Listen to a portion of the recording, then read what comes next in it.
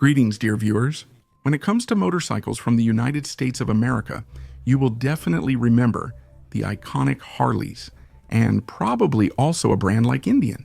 At the start of the 20th century, more companies made motorcycles in the United States of America than today. There were about 200 workshops and companies in America that tried their hand at building motorcycles.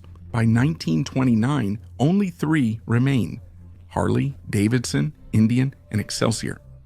The last one went bankrupt in 1931, but by the end of the Great Depression, there were 3 brands again. And it's about the history of this little-known company that I'm going to tell you now.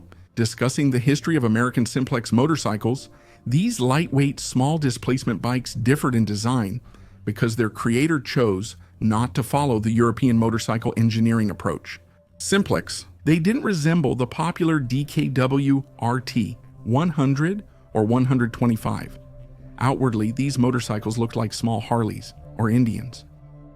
You're on the Cross Moto channel. Enjoy watching.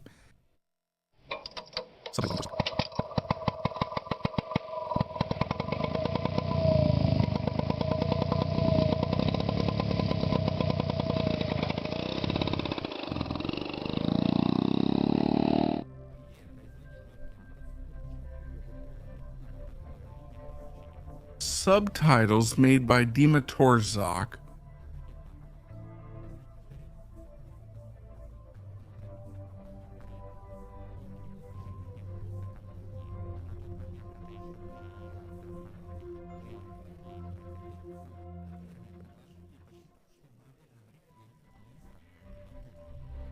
Paul proved persistent and didn't give up on his dream after failing. With $25 of initial investment in his pocket, in 1928 he began designing the Simplex service cycle motorcycle.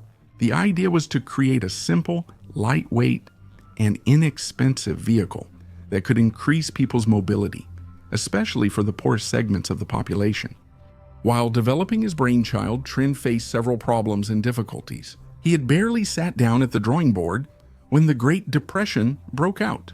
Palu managed to find investors during that difficult period, purchase the necessary materials and equipment to start production, hire staff, and even save up a small budget for paying salaries.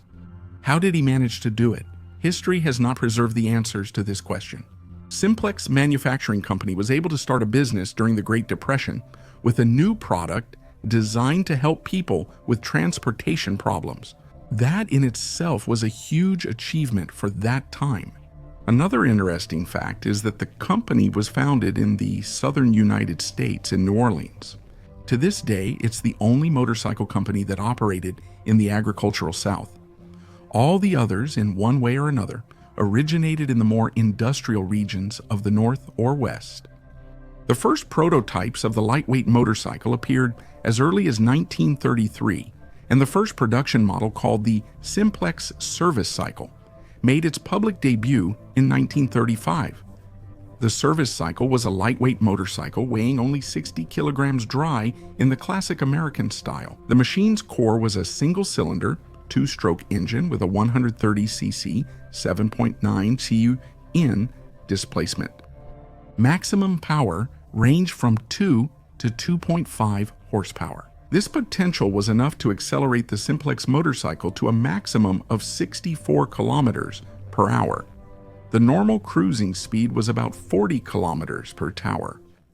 Early service cycle models used a direct belt drive from the crankshaft to the rear wheel. To start the motorcycle, it had to be pushed by hand, and the engine was stopped using a decompressor. Otherwise, the design was quite primitive: a short lever fork in the front and a rigid rear end. Additional comfort was provided by a spring-loaded seat. The wheels were large, 26 inches in diameter, which made it possible to confidently tackle the bumps of country roads. The only drum brake was installed on the rear wheel. The tank had 9.5 liters of fuel and used about 2.5 liters per 100 kilometers.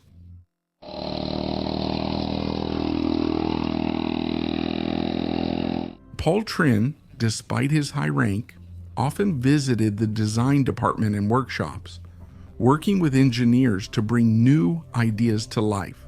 This approach led to the constant improvement of Simplex products instead of releasing new models every year. Take a look at this table. All of this is service cycle. Later, some yearly versions got a letter index. In the early years, the production volume was about 15 to 20 motorcycles per week. Simplex maintained its minimalist philosophy throughout its history. By the 1950s, motorcycle designs had changed little since 1935. A major design update by 1941 was the addition of a centrifugal clutch. The service cycle still had to be started by pushing, but this added a bit of comfort. You could stop at an intersection without turning off the engine and then smoothly continue moving. The engine could now be stopped with a switch on the handlebar, which grounded the ignition system. During the World War II, a number of service cycles were supplied to the United States Army. In 1942, 152 units were sent to troops. In May 1943, a $136,000 contract was signed to deliver 500 motorcycles, which was completed by September. For the armed forces, the unit cost was $258.59. Several photos confirmed that this motorcycle was used. For example, in this photo, Chaplain Francis L. is shown. Samson from the 501st Parachute Infantry Regiment on a service-call in Holland. And here you can see the moment when paratroopers are preparing to board planes and at least one Simplex motorcycle before Operation Market Garden.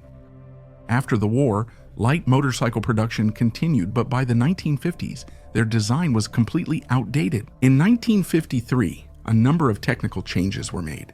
The service cycle engine increased in power to 4 horsepower.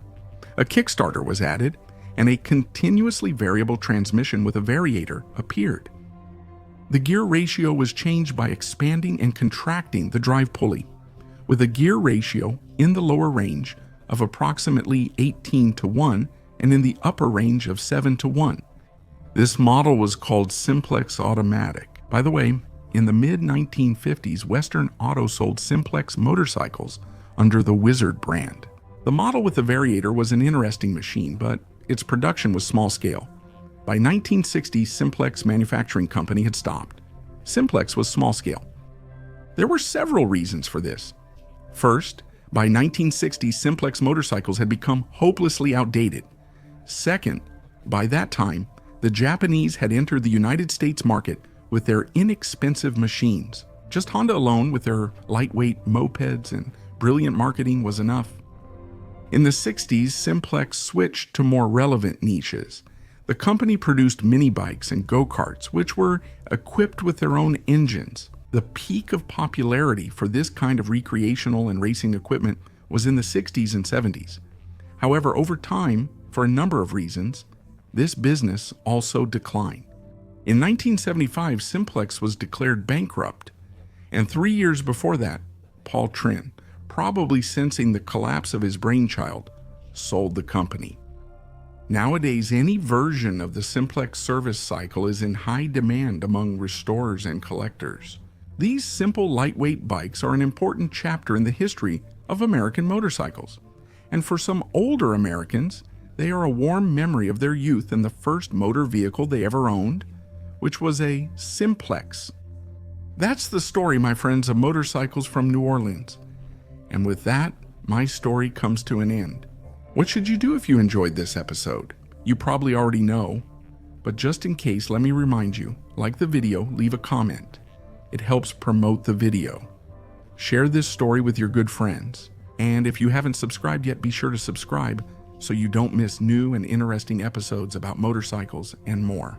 This was the Cross Moto channel. See you next time.